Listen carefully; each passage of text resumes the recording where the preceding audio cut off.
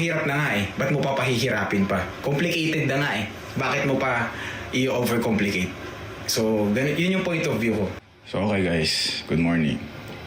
Nagboxing ako before, di ba? So, nung nagboxing ako before, first time ko ulit sumuntok nun. Siguro 2021 yata yun. Nung sumuntok ako, sabi ko, ano klaseng suntok to?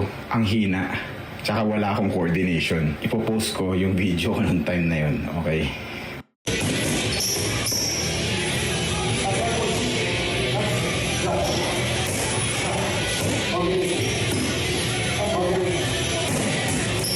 Ito lang. So, gusto ko lang makita niyo to.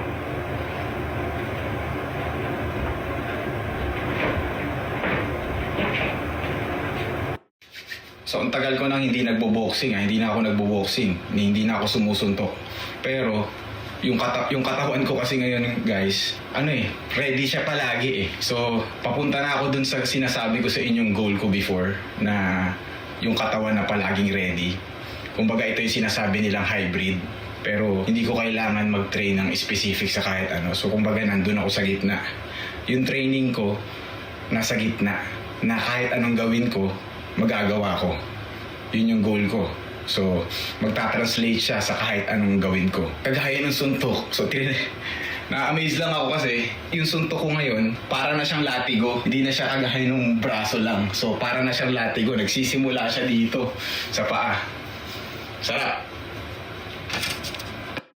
So kaya ang dami kong trinay eh. Nagtumakbo ko, nag-hyrox ako. Kasi gusto ko lang tignan. Doon ko makikita kung ano yung mali sa akin eh. For example, yung hyrox. Pag pinagawa mo yan sa bata, laro lang sa kanila yan eh. Child's play lang sa kanila yan eh. Pero nung ginawa ko siya, ang hirap, mahirap. May mga nararamdaman ako na unnecessary na hirap. Kasi yung katawan ko, hindi siya fine-tuned.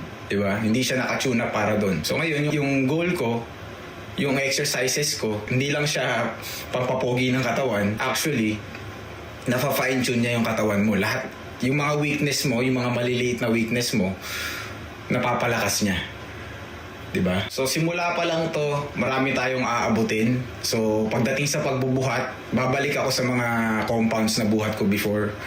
At aabutin ko pa rin yung mga matataas na numbers. Pero this time, mas magiging efficient ako kasi hindi na ako ego-driven eh. Kumbaga, nagtitrain na lang ako para i-improve yung sarili ko. Hindi ko na kailangan magbuhat ng mabigat dahil masarap. Diba? Nagbubuhat na ako ngayon ng mabigat dahil kaya ko. Hindi ako nagbubuhat ng mabigat dahil masarap or dahil trip ko lang. So, very intentional na ako sa mga ginagawa ko ngayon, unlike before. So, lahat ng mga exercises na ginagawa ko,